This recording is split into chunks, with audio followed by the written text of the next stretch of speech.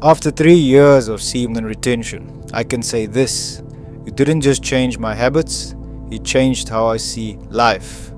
There was a period where I became completely locked in, not in a temporary motivated way, but in a deeper, almost quiet obsession with improving my life. I was insanely focused on my goals, laser focused on building something for myself, especially this YouTube channel. Every day felt like I was stacking something: ideas, discipline, progress, direction. At the same time, I was in the gym consistently, pushing myself harder than I ever had before. Not just training to look better, but training like it meant something beyond that. Like every session was shaping the person I was becoming. It felt like everything in my life started aligning. My routines, my mindset, my decisions, they all started pulling in the same direction. There was a sense of momentum that I never experienced before. But at the same time, something else started happening. People around me slowly started distancing themselves, not because of anything dramatic, not because of arguments or conflict, but because we just didn't speak the same language anymore. The things they found normal, the conversations, the habits, the way they spent their time, I couldn't relate to it in the same way anymore. And I didn't judge it, I just noticed that it kept growing. It became harder to stay fully engaged in those places because my mind was always somewhere else, thinking about growth, thinking about discipline, thinking about building, improving, and over time, that quiet difference created distance, not forced, not emotional, just natural separation. Here are 5 key takeaways from that phase. Number 1, your focus becomes almost obsessive. There were days when all I could think about was improving, training, creating, building. It wasn't forced. It was like something inside me just switched on. I'd wake up really thinking about what I needed to do next. Not out of pressure, but because I genuinely wanted to move forward. There was no debating, no procrastinating, it was just action. Hours would pass and I wouldn't even notice, because I was fully locked in. Whether it was in the gym or working on my channel, I was present in what I was doing. Even small tasks felt meaningful because I knew that we were building something bigger. Discipline stopped feeling like effort. It became my default. It wasn't something I had to push myself to do anymore. It felt like I had tapped into a different version of myself. One that didn't need motivation, just needed direction. But here's something important I learned. That level of focus doesn't come from hype. It comes from structure. What helped me stay locked in was keeping things simple and repeatable. I had a clear daily target.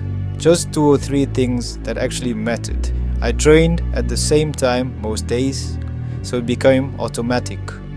I limited distractions, less scrolling, less random content, more intentional time. And I made sure I was always working towards something specific, not just being productive.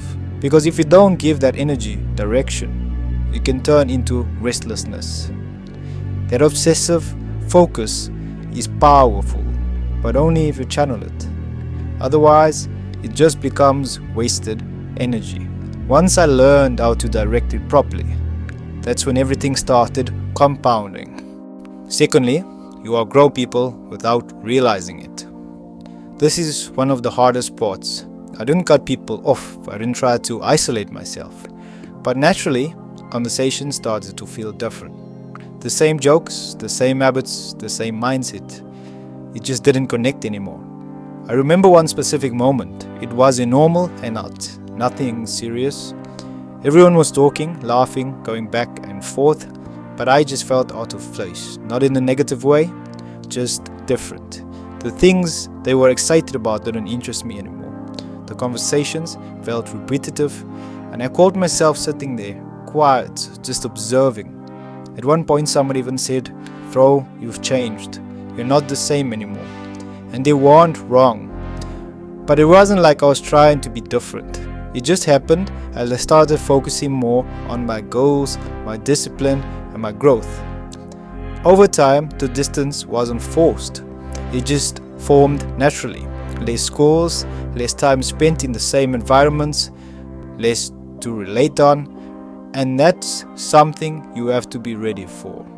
Because growth isn't always loud or dramatic. Sometimes it's quiet.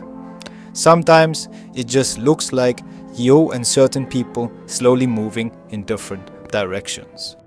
Thirdly, disruptive habits start to feel wrong on a physical level. This is something I didn't expect. Things like drinking, staying up late, or even being in certain environments. My body would start rejecting it. It didn't feel like fun anymore. It felt heavy, it felt draining.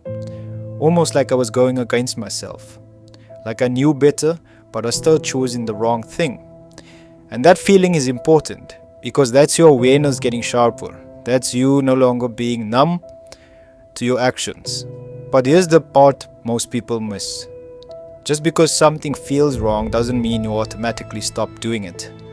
You'll still need to make practical changes. What helped me was this. If I knew certain places or situations would pull me back, I stopped putting myself there. I replaced habits instead of just cutting them. Late nights became earlier sleep or working on something productive. Drinking got replaced with jump sessions or recovery. I paid attention to how I felt after, not just in the moment. The post-action feeling became my feedback system. And I stopped lying to myself. If something drained me, I called it what it was. Because once your body starts rejecting those habits, you're at a point where you can either level up or keep betraying yourself knowingly. Number 4, become hyper-aware of your energy. I started noticing everything. What drains me, what builds me, what actually gives me clarity, and what just feels like noise. It wasn't something I was trying to do, it just happened naturally over time. Almost like my awareness got sharper. I could feel the difference between a productive day and a distracted one, between being around the right people and the wrong environment. Even small things started to stand out.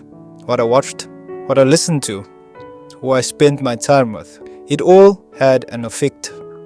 And once you reach that point, you can't really go back. Because now you know what drains you, you know what slows you down, you know what pulls you out of alignment. So when you still choose it, you do it differently. That's when it stops being unconscious habits and starts becoming conscious decisions. Number 5, you start appreciating life in a different way. This might be the biggest shift. Simple things started to feel meaningful. Peace, silence, progress. I wasn't chasing constant stimulation anymore. I didn't need noise all the time. I didn't need to be entertained every second. I remember moments where I'd just be alone. No music, no phone, and instead of feeling bored, I felt calm. That was new for me. Even things like finishing a workout, completing a task, or just sticking to my routine started to feel more satisfying than anything external. It's like your baseline changes and start valuing consistency, clarity, and control. And the biggest shift is this. You actually start enjoying the process of becoming, not just the end goal. You're not constantly rushing to arrive somewhere. You're building, you're improving, and you're growing. And that in itself becomes enough. That's when life feels different. Not louder, not more exciting, just more real. If you're on this journey, understand this. It's not just about returning. It's not about days or streaks. It's about what happens to you when you remove distractions and start facing yourself fully. And sometimes that means outgrowing people, habits, and even parts of who you used to be.